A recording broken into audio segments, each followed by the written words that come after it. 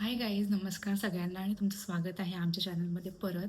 आणि मी आता खूप हळू बोलते कारण की आता रात्रीचे वाजलेत 2:30 आणि माझा नवरा अजून झोपला आहे. मी उठली आहे कारण की मला फ्लाईटवर जायचं आणि रेडी व्हायचं आहे. तर मी विचार केला की रेडी होता होता छोटंसं असं व्लॉग बनवूया की बिहाइंड द सीन फ्लाईटवर जायच्या आधी काय काय असतं किंवा एखादं क्रूची लाईफ कशी असते. आता 2:30 वाजता उठली आहे मी, माझी 4:30ची रिपोर्टिंग आहे. फटाफट मला रेडी होऊन एअरपोर्टवर जायचं आहे. तर ज्यांना पण क्रू बनायचं आहे त्यांनी हा व्लॉग नक्की बघा, कारण की क्रूची लाईफ अशी लाला लँड नसते, खूप इझी नसते. तुम्हाला अजिबात झोपण्याची, तुमची खाण्यापिण्याची कसलीच वेळ फिक्स नसते. आणि म्हणजे खूप खूप फिजिकल स्ट्रेस खूप असतो, मेंटल स्ट्रेस तर असतोच, पण फिजिकल पण खूप स्ट्रगल करावं लागतं तुम्हाला. तर हा ब्लॉग कंटिन्यू बघा. मी खूप मोठा ब्लॉग नाही बनवणार आहे, छोटासा ब्लॉग बनवणार. माझा नवरा पण आता उठेल, मला तो कॉफी वगैरे बनवून देईल. त्यामुळे तुम्हाला एक सपोर्टिव्ह लाईफ पार्टनर सोबत असणं पण गरजेचं आहे, जर तुम्हाला जो क्रू बनायचा आहे, कॅबिन क्रू बनायचा आहे तर. हा अजून पण झोपलाय.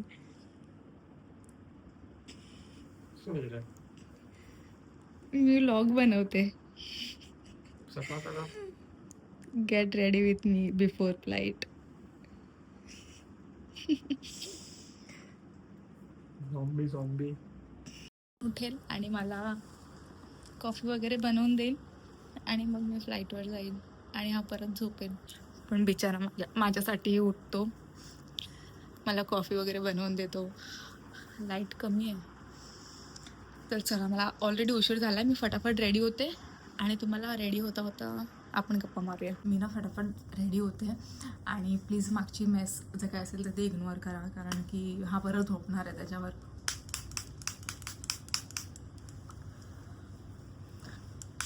मी ना सध्या काय बोलतात त्याला, मॉइश्चरायझर स्किप करते, कारण की खूप ऊन असतं आणि खूप गरमी असते, त्यामुळे स्किन आपोआप ऑइली होते. त्यामुळे ना मी हे स्नेल म्युसिनच थोडंसं यूज करते, कारण की हे खूप असं चिपचिप नाही वाटत मला.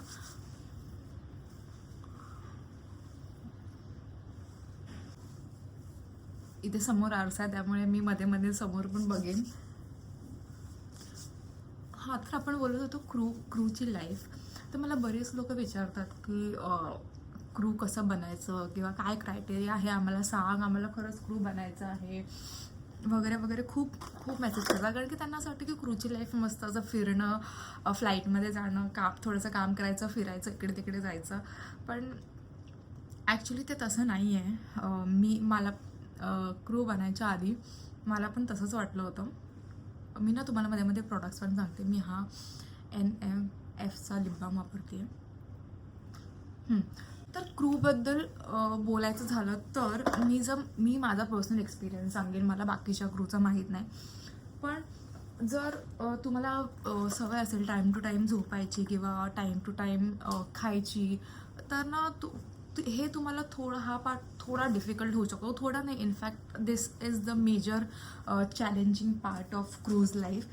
की क्रू म्हणजे क्रूच्या लाईफचा, की खूप म्हणजे कसलीच तुमची वेळ फिक्स नसते, कसलीच म्हणजे तुमची घरी येण्याची जाण्याची. आणि जर तुम्ही कपल आहात, आता ॲक्च्युली आम्ही दोघंच राहतो, त्यामुळे तुम्हाला अंडरस्टँडिंग पार्टनर असणं पण खूप इम्पॉर्टंट आहे. जर मी रात्री 2-3 वाजता घरी येते आहे तर तो माझ्यासाठी जेवण बनवून ठेवतो. किंवा मग आता माझी कधी इंटरनॅशनल फ्लाईट असते तेव्हा मी 5-5, 6-6 दिवस नसते घरी, तर तेव्हा पण बोलता बोलता मी प्रायमर लावायची विसरली आहे. काय बोलत होती मी?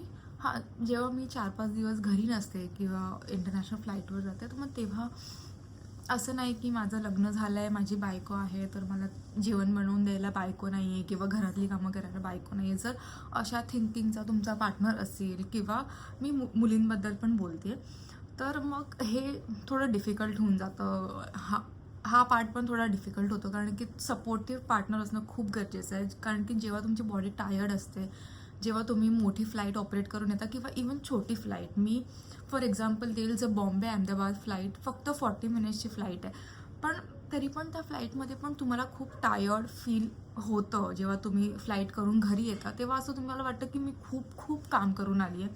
ती फ्लाईट फक्त 40 मिनिट्सची आहे, पण फ्लाईटच्या आधीचे तास, फ्लाईटच्या नंतरचे तास पकडून खूप ते हेक्टिक होऊन जातं शेड्यूल. आणि अहमदाबाद फ्लाईटच जर हेक्टिक वाटते तर तुम्ही विचार केला US फ्लाईट, UK फ्लाईट्स जे लंडन असतं किंवा USA असतं, तर त्या फ्लाईट इतक्या हेक्टिक असतात.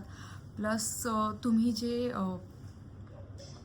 US फ्लाईटवरून तुम्ही रिटर्न येत आहे किंवा तुम्ही UKवरून रिटर्न येत आहे, तर तुमचा टाईम झोन चेंज होतो आणि टाईम झोन चेंज झाल्यावर मग तुम्ही जर परत येता तर तुमची बॉडी अजून टायर्ड फील करते. दिस इज व्हेरी नॅचरल. पण मग ते समजून घ्यायला कोणीतरी हवं आहे. आता घरी समजा तुमचं लग्न वगैरे नाही झालं आहे तर तुमची आई वगैरे आहे, ती ऑफकोर्स आई वगैरे समजून घेते किंवा ती तुमच्यासाठी जेवण बनवून ठेवते किंवा खूप अशा गोष्टी असतात ज्या तुम्हाला एकट्याला हँडल कराव्या नाही लागत.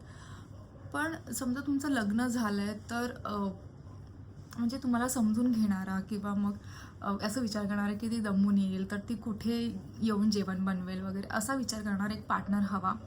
आणि लकीली फॉर्च्युनेटली मला तो भेटला आहे आणि I am so grateful to have him in my life. आणि ॲक्च्युली तो आत्ता 2:30 वाजले तरी तो उठला आहे, तो माझ्यासाठी आता कॉफी बनवतो आहे.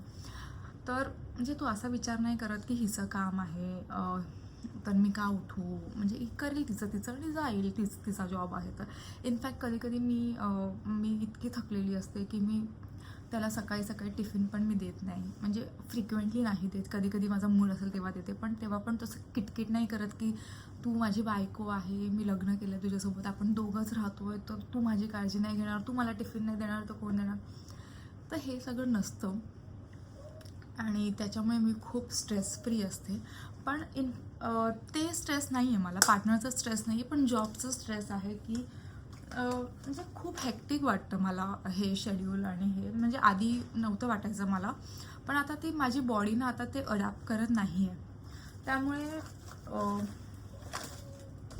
त्यामुळे ज्यांना पण क्रू बनायचं आहे ना त्यांनी ह्या गोष्टीचा नक्की विचार करा की तुम्हाला हे झेपणार आहे का. कारण की एकदा का तुम्ही ते क्रू झाले तर तुम्हाला थोडे दिवस खूप छान वाटेल की वा मी फिरते, मी इकडे जाते.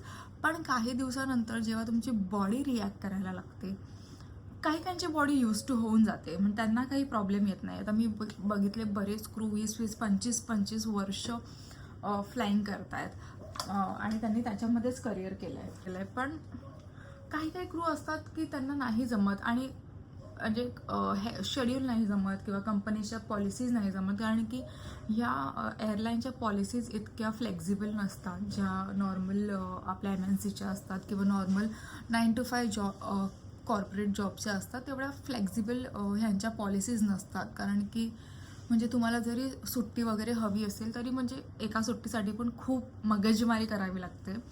आणि मग तो पार्ट पण मला कधी कधी हिट होतो की म्हणजे तुमच्याच सुट्ट्या आहेत, तुम्हाला अलॉकेट करून दिलेल्या सुट्ट्या आहेत, पण तरी पण तुम्ही त्या यूज करू शकत नाही जेव्हा तुम्हाला हवं तेव्हा. तुम्हाला 17 कारणं द्यावी लागतात, तुम्हाला 17 प्रूफ द्यावे लागतात. तर ह्या सगळ्या गोष्टी आहेत ज्या खूप अफेक्ट करतात नॉर्मल डे टू डे लाईफमध्ये. आणि तुम्ही म्हणजे तुमची पर्सनल लाईफ खूप सॅक्रिफाईस होते जेव्हा तुम्ही क्रू बनता.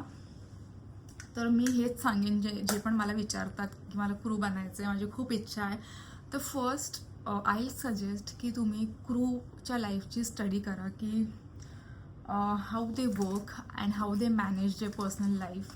कारण की this is the most important and this is the important thing. कारण की बरेच लोक ॲक्च्युली प्रोफाईलवर सगळं लाला लँडच आपण पोस्ट करतो. कोणी असं लाईफबद्दल एकदम saddest part until and unless they really want to कोणी पोस्ट करत नाही.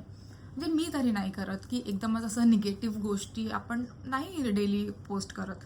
आपण आपले फोटोज आणि व्हिडिओज जे हॅपनिंग असतील तेच पोस्ट करतो. मग ते बघून लोकांना वाटतं की अरे यार क्रूची लाईफ किती छान आहे, त्यांना फिरायला मिळतं आहे, त्यांना सगळं एक वेगवेगळे देश बघायला. This is the nice part, I would say this is the best part की तुम्हाला ट्रॅव्हल करायला मिळते आणि ते पण विदाऊट एनी एक्सपेन्स. म्हणजे तुमचा काहीच एक्सपेन्स नसतो त्याच्यामध्ये, फक्त तिकडे खाण्यापिण्याचे जे पैसे असतील ते, बाकी राहण्याचे वगैरे सगळे पैसे कंपनी पे करते. तुमची ट्रॅव्हलिंग तर तुम्ही जॉबवरच जाता त्यामुळे त्याचा तर प्रश्नच येत नाही. तर ही एक गोष्ट आहे, ही एक चांगली गोष्ट आहे की तुम्हाला काही पे न करता तुम्हाला खूप बेनिफिट्स पण मिळतात. आणि ऑफकोर्स स्टाफ ट्रॅव्हल असतं तर तुमच्या फॅमिलीला बेनिफिट्स मिळतात, पण गरजेचं नाही आहे की स्टाफ ट्रॅव्हलमध्ये तुम्हाला ऑलवेज सीट मिळते. तर हे पण खूप इम्पॉर्टंट आहे. आता मी भरपूर वेळा स्टाफ ट्रॅव्हल यूज केले जेव्हा मला आणि माझ्या नवऱ्याला गोव्याला जायचं होतं, पण आम्हाला सीट नाही मिळाली आणि आम्हाला स्वतःचं तिकीट बुक करून जावं लागलं. तर हे पण आहे की म्हणजे तुम्हाला प्रत्येक वेळेस तिकीट मिळेलच कन्फर्म असं नाही आहे. जरी तुम्हाला बेनिफिट असला तरी ते ऑलवेज पॅसेंजर लोकांना फर्स्ट प्रायोरिटी देणार ओव्हर एम्प्लॉईज. तर ह्या सगळ्या गोष्टी आहेत क्रूच्या लाईफच्या. म्हणजे मी तुम्हाला पार्टनर कवर केलं की जर तुमच्याकडे सपोर्टिंग पार्टनर वगैरे असेल तर तुम्ही ऑफकोर्स क्रू लाईफ जॉईन करू शकता, किंवा जर तुम्ही पार्टनर ही कन्सेप्टच नसेल तुमच्या लाईफमध्ये तर तुम्ही जॉईन करू शकता.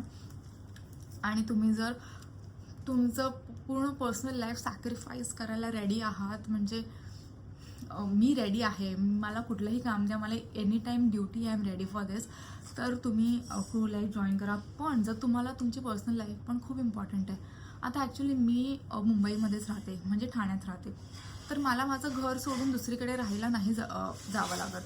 पण काही मुली अशा आहेत ज्या आउट ऑफ द स्टेट वरून म्हणजे दुसऱ्या स्टेटमधून इथे आल्या आहेत काम करण्यासाठी, तर एकट्या राहतात. मग घरी जाऊन तुम्हाला तुम्ही जरी 2 वाजता रात्री घरी पोहोचले तरी तुम्हाला जाऊन एकटीला जेवण बनवायचं आहे किंवा मग ऑर्डर करून खायचं आहे. हे एवढेच ऑप्शन आहेत तुमच्याकडे. मग तुम्ही जर ह्या लाईफसाठी रेडी असाल तर तुम्ही पुढे जा, तर तुम्ही ह्याबद्दल रिसर्च करा आणि तर तुम्ही अप्लाय करा. वेट, मी ह्या नादात ना माझा मेकअप विसरते आहे. मी ना जास्त मेकअप नाही करणार आहे, कारण की मला ना कंटाळा येतो मेकअप करून. म्हणजे कंटाळा म्हणजे रोज तोच सेम मेकअप करायला नाही आवडत मला. आणि आहे माझा नवरा, ज्याने माझ्यासाठी मस्त कॉफी बनवून आणली आहे. विचारा झोपायचं मी बघ कशी बनली. तो आय गेस ना एक कॉफी पावडर अजून टाक. Is too white. हां, बिचारा माझे सगळं युनिफॉर्म वगैरे सगळं तो आयर्न करतो नेहमी. मी कधीच माझा युनिफॉर्म अजूनपर्यंत आयर्न केला नाही जेव्हा तो असतो. स्टोरेज जरा फुल झाली होती. आता ना माझा नवरा सांगेल माझ्याबद्दल थोडंसं, म्हणजे कॅबिन क्रू वाईफ असल्याचं, एअर होस्टेस वाईफ असल्याचं फायदे आणि तोटे प्लीज. नाही, फायदे तर असतात, ठीक आहे. फायदे काय असतात? तोटे नाही तर सांगतो ना, तोटे काय असतं नंतर सांगतो फायदे काय असतं. तोटे काय असतं आणि की तू जोरात बोल, मी माईक लावलेलं नाही. तुम्हाला रात्री ना एकदम तुमच्या बायकोसोबत तुम्हाला एकदम लवकर उठावं लागतं. जसं की त्यांचं जर फ्लाईट असेल 3 वाजता, मग तुम्हाला 1-1.5 तास 2 तास तुम्हालाही सुद्धा उठावं लागेल, ठीक आहे. तुम्हाला त्याची हेल्प करावी लागेल, तो तिला कॉफी बनवून द्यावं लागेल, ठीक आहे. तिचे कपडे इस्त्री करून द्यावं लागेल, ताकी she should be free in makeup का पार्ट, ठीक आहे. कारण तिला 30 to 40 मिनिट्स फक्त मेकअपसाठी लागतं. मग ते आपण टाइम लेस दॅन 30 मिनिट्स, कारण की मी करतच नाही आता जास्त. ते टाइम वाचवण्यासाठी ते we husband of air hostess cabin crew, ठीक आहे, ते आपण एक्स्ट्रा एफर्ट्स टाकून आपण उठून त्यांना मदत करून त्यांची टाइम एकदम स्लॉट स्मूथ करून त्यांना आपण हे करतो, काय आपलं डिपार्ट करतो. डिपार्ट म्हणजे त्यांची बॅग पण घेऊन जावा खालपर्यंत. आणि काय जरा बॅग ना जड असते ना, मग कोण शकत नाही. आणि खालपर्यंत घेऊन जावा, कॅबवर ठेवा आणि त्यांना बाय बाय करा. But this is a proud movement that my wife is air hostess. पण कधी कधी माझं काय होतं ते पण चिडचिड होता कधी कधी. माझी स्टोरेज परत फुल झाली होती आणि मी आता रेडी वगैरे होऊन डिरेक्ट व्लॉग एंड करतोय आम्ही. हा असं बोलत होता की चिडचिड वगैरे होते वाईफची. चिडचिड पण होते, जर लवकर बोल, माझं स्टोरेज एंड होतं. जर झोप झाली नाही पूर्ण ना, चिडचिड होते. तुम्हाला ते मॅनेज करावं लागतं, ठीक आहे, ॲज पर द शेड्यूल. ते पण आणि असं तुम्हाला चिप्पू एकदम असं चिप्पू बनवून जायला लागतं. आणि माझे डोळे बघा झाले, मला आली झोप, ड्रॉप करतो खाली आणि वरती येतो, नियमित झोपतो. नियमित झोपा नाही, ही जेव्हापर्यंत एअरपोर्ट पोहोचत नाही तेव्हापर्यंत you cannot sleep. They have to track you can sleep but तो झोपत नाही. ठीक आहे. जेव्हापर्यंत एअरपोर्ट ड्रॉप नाही होत तेव्हापर्यंत मी झोपत नाही.